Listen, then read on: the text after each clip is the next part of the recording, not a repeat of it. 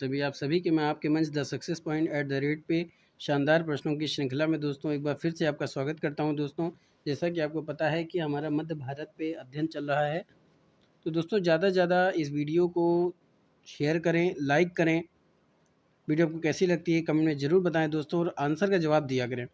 दोस्तों ये इतने महत्वपूर्ण प्रश्न हैं कि आपके यूपीएससी और समीक्षा अधिकारी, सहायक समीक्षा समीक्षा अधिकारी के लिए भी काफ़ी महत्वपूर्ण है दोस्तों। चलिए फटाफट से शुरू करते हैं। दोस्तों वीडियो को बिना स्किप किए शुरुआत से अंत तक जरूर देखें, बहुत ही महत्वपूर्ण प्रश्न है और बहुत ही मजा आने वाला है। चलिए शुरू करते हैं। तो आज का पहला प्रश्न क्या कह रहा है कि निम्नलिखित कथनों पर विचार करना है। आइए देखते हैं कथन के बारे में। तो पहला कथन क्या कह रहा है कि दक्षिण भारत में भक्ति आंदोलन को शुरू करने का श्रेय रामानुज को दिया जाता है। उत्तर भारत में आंदोलन का प्रचार प्रसार रामानंद ने किया था। ये कथन बिल्कुल सही है। दूसरा कथन क्या कह रहा है कि भारत में सांस्कृतिक एकता के प्रदर्शन के लिए देश के विभिन्न भागों में शंकराचार्य ने 4 मठों की स्थापना की। पूर्व में जगन्नाथपुरी का, दक्षिण में श्रृंगेरी, पश्चिम में द्वारका और उत्तर में बद्रीनाथ ज्योतिष पीठ की स्थापना की। तो ये बिल्कुल कथन सही है दोस्तों। तीसरा कथन क्या कह रहा है कि शंकराचार्य ने अद्वैतवाद का प्रचार किया, किंतु उन्होंने ज्ञान के साथ साथ निर्गुण की उपासना का भी प्रचार किया। दोस्तों ये तीनों ही कथन सही हैं। तो ऑप्शन आपके कहाँ पे, आइए देखते हैं। तो तीनों ही कथन सही हैं, तो आंसर आपका ऑप्शन मिल रहा है सी पे। तो C is the right answer for this question. अगले प्रश्न की तरफ चलते हैं। निम्नलिखित सूफियों में से कौन कृष्ण को औलिया के अंतर्गत मानता था? इसके अंतर्गत मानता था दोस्तों, औलिया के अंतर्गत। ये आलिया लिख गया है, ये औलिया होगा।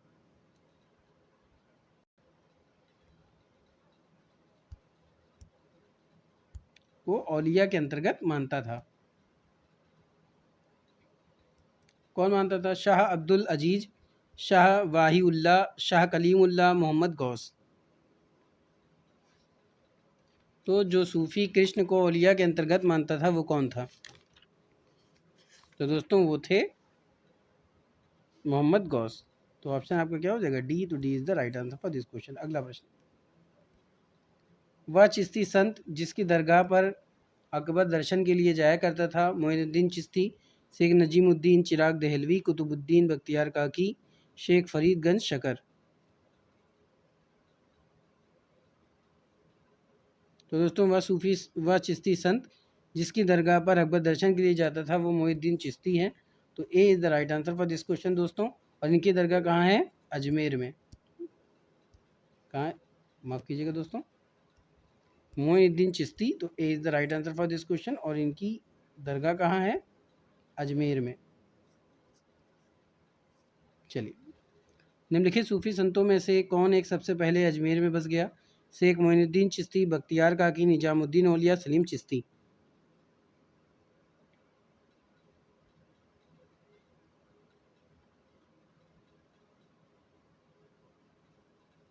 तो दोस्तों सूफी संत जो सबसे पहले अजमेर में बस गया उनका नाम था शेख मोइनुद्दीन चिश्ती। तो ऑप्शन आपका क्या हो जाएगा? ए। तो A is the right answer for this question दोस्तों।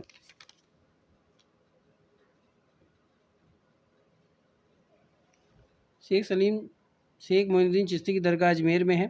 निजामुद्दीन औलिया की दरगाह दिल्ली में है। सलीम चिश्ती की दरगाह कहाँ है? आगरा में है। तो आपको ऑप्शन कमेंट में करके बताना है बख्तियार काकी की दरगाह कहाँ है। चलिए आगे चलते हैं।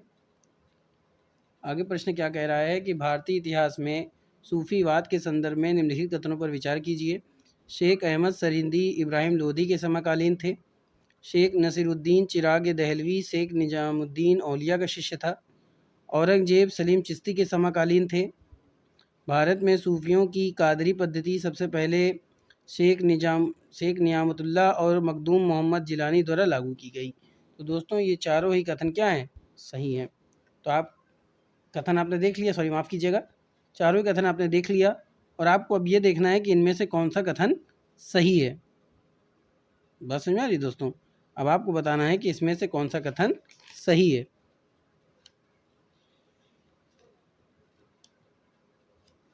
आइए ऑप्शन देखते हैं दोस्तों फटाफट से। तो बताइए आंसर दोस्तों।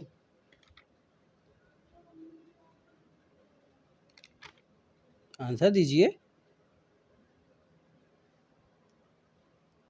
तो दोस्तों भारतीय इतिहास में सूफीवाद के संदर्भ में जो कथन सही है आइए उसके बारे में देखते हैं। तो देखिए, शेख नसरुद्दीन चिराग दहलवी शेख निजामुद्दीन औलिया के शिष्य थे, ये कथन सही है। तो दूसरा तो आपका सही हो गया। अगला कथन कौन सा सही है कि भारत में सूफियों की कादरी पद्धति सबसे पहले शेख नियामतुल्लाह और मखदूम मोहम्मद जिलानी द्वारा लागू की गई। तो दूसरा और चौथा, तो दूसरा और चौथा ये देखते हैं कहाँ पे दिया हुआ है। तो दूसरा चौथा दिया हुआ है दोस्तों डी पे, तो डी ऑप्शन क्या हो जाएगा, सही हो जाएगा। तो D is the right answer for this question. अगला प्रश्न, निम्नलिखित सूफीवाद के सिलसिले में कौन संगीत के विरुद्ध था? चिश्तिया, सुहरावर्दी, कादरिया, नक्शबंदियाँ। कौन सूफीवाद के सिलसिले में था जो संगीत के विरुद्ध था? तो वो था नक्शबंदियाँ। तो ऑप्शन आपको क्या हो जाएगा दोस्तों, डी। तो D is the right answer for this question. अगला प्रश्न, निम्नलिखित में से कौन भक्ति आंदोलन का प्रस्तावक नहीं था? नागार्जुन, तुकाराम, त्यागराज, वल्लभाचार्य। बताइए। तो दोस्तों कौन नहीं था? नागार्जुन। तो A is the right answer for this question.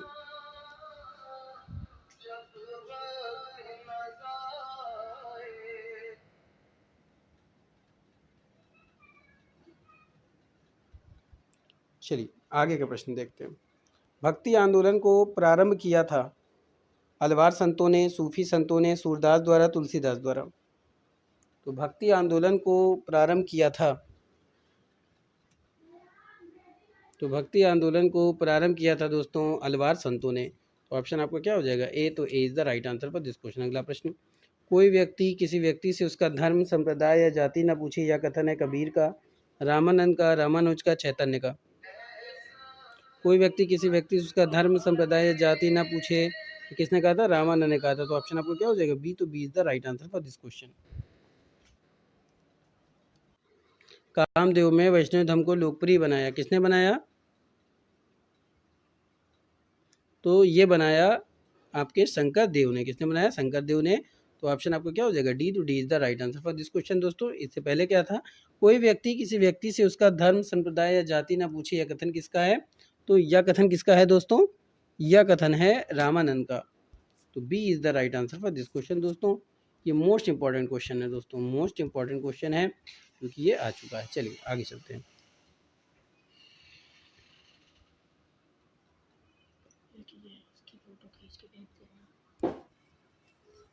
चलिए आगे प्रश्न क्या है कि शुद्ध अद्वैतवाद का प्रतिपादन किया था, किसने किया था? शुद्ध अद्वैतवाद का प्रतिपादन किया था माधवाचार्य ने, वल्लभाचार्य ने, श्री कांताचार्य ने, रामानुज ने।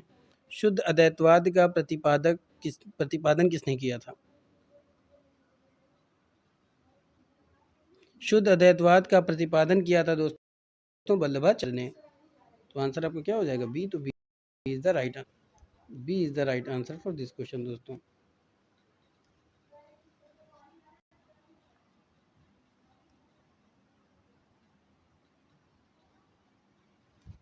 क्या हो जाएगा, B. B is the right answer for this question. अगला प्रश्न, कबीर एवं धर्मदास के बीच संवादों के संकलन का शीर्षक है संबद्ध, अमरमूल, साखी, रामायणी।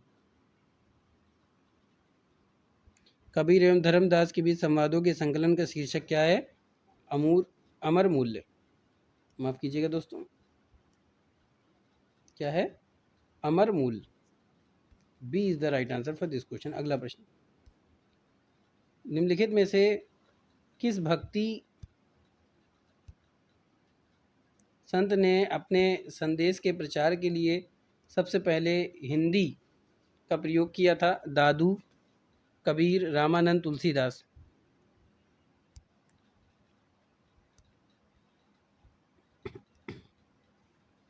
जिस भक्ति संत ने अपने संदेश के प्रचार के लिए सबसे पहले हिंदी का प्रयोग किया था वो कौन था? तो वो था रामानंद। तो C is the right answer for this question. दोस्तों अगला प्रश्न, कबीर शिष्य थे रामानंद के, चैतन्य के, रामानुज के, तुकाराम के।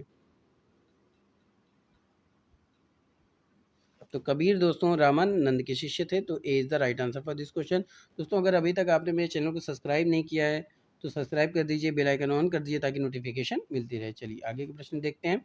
निम्नलिखित संतों को उनके काला अनुक्रम में नियोजित कीजिए। कबीर, नामदेव, मीराबाई, नानक।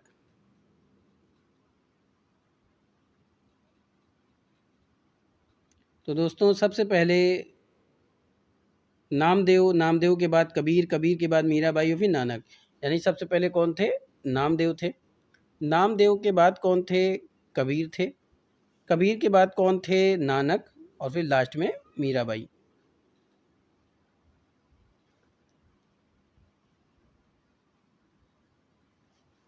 बात समझ में आई? देखिए पहले कौन थे? नामदेव। पहले नामदेव थे, फिर कबीर थे। कबीर के बाद कौन थे? नानक थे और फिर मीराबाई। तो 2 1 3 4, 2 1 3 4 कहाँ पे? सी पे। तो C is the right answer for this question. अगला प्रश्न, तुलसीदास किसके समकालीन थे? अकबर तथा जहांगीर, शाहजहां, औरंगजेब, बाबर तथा हुमायूं।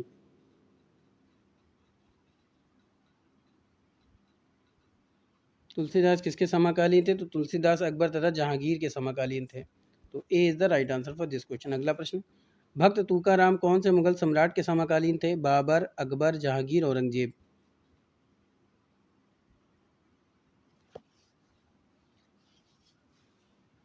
तो दोस्तों भक्त तुकाराम मुगल सम्राट जहांगीर के काल में थे। तो C is the right answer for this question. अगला प्रश्न, कि जिसके शासन में गुरु नानक देव ने सिख धर्म की स्थापना की वह कौन था?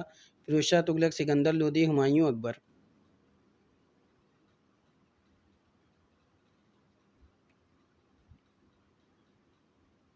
तो दोस्तों गुरु नानक देव ने सिख धर्म की स्थापना की थी सिकंदर लोदी के समय में। किसके समय में? सिकंदर लोदी के समय में। तो B is the right answer for this question. अगला प्रश्न, भारत में चिश्तिया संप्रदाय का प्रथम सूफी संत कौन था? शेख मोइनुद्दीन चिश्ती, हमीरुद्दीन नौगौरी, बख्तियार काकी, निजामुद्दीन औलिया।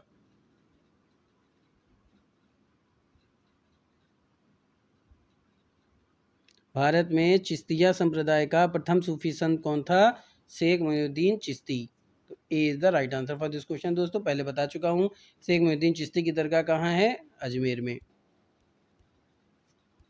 कहाँ है? अजमेर में। चलिए आगे चलते हैं।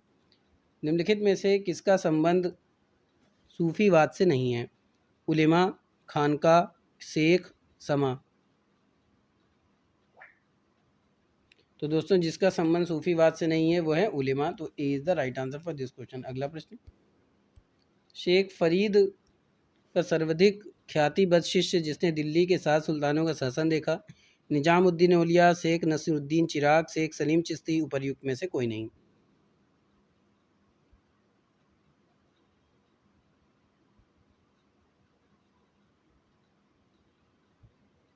शेख फरीद का सर्वाधिक ख्यातिबद्ध शिष्य जिसने दिल्ली के 7 सुल्तानों का शासन देखा वो कौन था? निजामुद्दीन औलिया। तो ऑप्शन आपको क्या हो जाएगा? ए। तो A is the right answer for this question. दोस्तों यहाँ से एक प्रश्न और बन सकता है, इसी को तोड़ करके एक प्रश्न और बनाया जा सकता है कि शेख फरीद का सर्वाधिक ख्यातिबद्ध शिष्य कौन था? तो वो भी क्या हो जाएगा? निजामुद्दीन औलिया हो जाएगा दोस्तों। और इनकी दरगाह कहाँ है? दिल्ली में। ये भी याद रखिए। चलिए अगला प्रश्न क्या है कि ख्वाजा मोइनुद्दीन चिश्ती किसके शिष्य थे? अब्दुल कादिर जिलानी, ख्वाजा अबू यूसुफ, ख्वाजा उस्मान हारूनी, ख्वाजा मौदू के।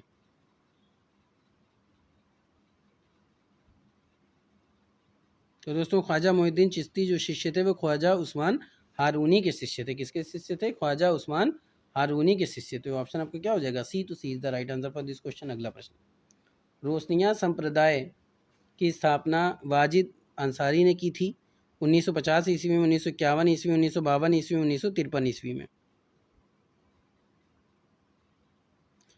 तो रोशनिया संप्रदाय की स्थापना वाजिद अंसारी ने की थी 1951 ईस्वी में दोस्तों। तो ऑप्शन आपका क्या हो जाएगा? बी। तो B is the right answer for this question. अगला प्रश्न, अगला प्रश्न पूछ रहा है कि निम्नलिखित कथनों पर विचार करना है।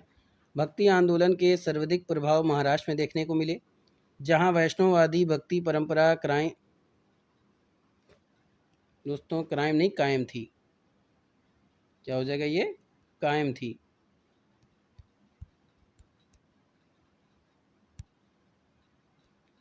इस परंपरा में विठोवा की पूजा होती थी। बिल्कुल सही है। अगला कथन क्या है? महाराष्ट्र में भक्ति आंदोलन मुक्ता वारकरी और धरकरी धारकारी, एक थी मुक्ता वारकरी और एक धारकारी संप्रदाय में बटा था, जिसमें धारकारी संप्रदाय राम की पूजा और वारकारी संप्रदाय विष्णु की पूजा करते थे। तो बिल्कुल क्वेश्चन सही है दोस्तों, ये मुख्यता है दोस्तों, ठीक है। ये क्या है, ये मुख्यता है, इसको भी ठीक कर लेते हैं।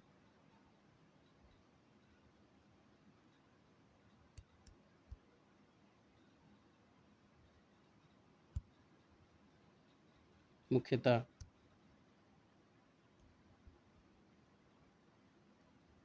धारकरी।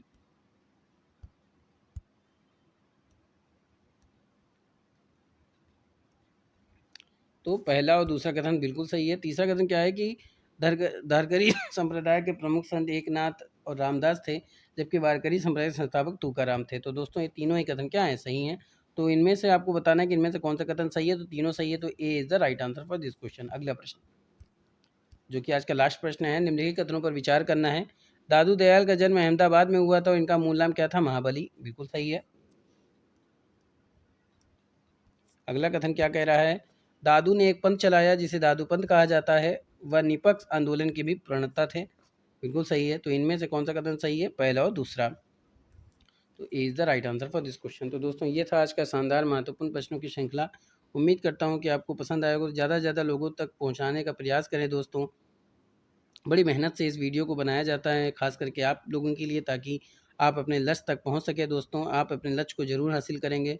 मंजिलों से चलकर बेहतर मंजिलें तलाश कर, मिल जाए दरिया तो समंदर तलाश कर, यूँ तो टूट जाते हैं पत्थर के चोट से शीशे, पत्थर ही टूट जाए ऐसा शीशा तलाश कर। तो दोस्तों आपको अपनी मेहनत में और लक्ष्य को इतनी लगन के साथ हासिल करना है दोस्तों, फिर आप देखेंगे कि आपको वो लक्ष्य हासिल करने का मज़ा अजीब अजीब तरीके से मिलेगा दोस्तों। और इतनी खुशी होगी, जितना आप अपनी लगन के साथ अपने लक्ष्य को हासिल करेंगे दोस्तों, उतनी ज़्यादा आपको खुशी महसूस होगी। तो फिर मिलेंगे इसी जुनून के साथ नए प्रश्नों की श्रृंखला में। तब तक के लिए जय Hind, wish you all the best.